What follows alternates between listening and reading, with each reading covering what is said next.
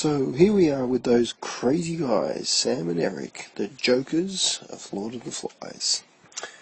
Now, I suppose as characters in the novel Lord of the Flies, Sam and Eric are often overlooked by many readers, but in fact they are very important to what Golding is trying to tell us about ourselves in this cheery little story.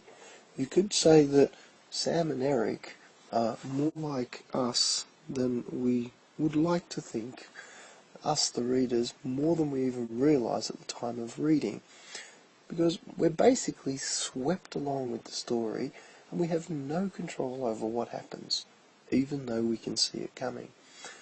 And that's pretty true of Sam and Eric as well. Okay, they're decent guys, they help people, but when it comes down to it, they're pretty ineffective and simply act when acted upon. What you can see in front of you are a range of words and sentences that we wrote down in the lessons, and I'm going to look at a few of those in order to give you a bit more insight into Sam and Eric. We know that they're often swayed. These are guys that switch sides from Ralph to Jack and to Jack to Ralph. Whoever's near them, they switch allegiance based on the closest influence. They lack backbone, we would say.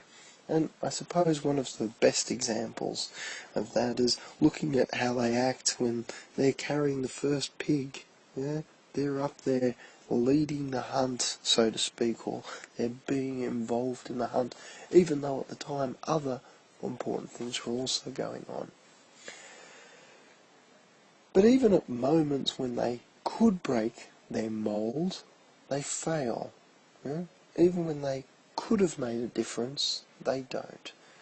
For example, they discover the parachutist. They are in fact the first to discover the parachutist, or the beast. What do? They simply run away.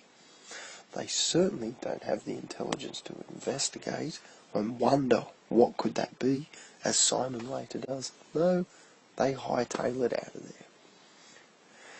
Their defining moment, the moment that defines their role on the island and their ineffectiveness, would have to be in the last chapter of the book, and that's what you can see at the bottom of this sheet. That is the part where they tell Ralph to hide, because if he doesn't hide, he's going to die, because Jack's gang is hunting him. Now, really, I think he knew that by then. It was basically too late. Sam and Eric had already told them, the Jack's group, where they were. They basically, under a bit of pressure, had caved in yet again. And then this pathetic sort of attempt to make good of what they did, doesn't work. So who are they? Well, they're the mob. That's they're the sheep. They get pushed around, but at the same time they are very opportunistic, and we see that in the way they sway from one group to the other. This opportunism that's just basically trying to satiate their own desires, their own need to have fun, be accepted, be part of the group. Parallels, you can see those, and especially given the time that this could be compared to the German people who went along with what was happening at the time. But this isn't limited to this time, this is something that happens throughout history, and so we can look at mobs, the crowd, that listen to someone and go with them. Interestingly, of all the boys, they'll probably suffer the least from what has happened on the island.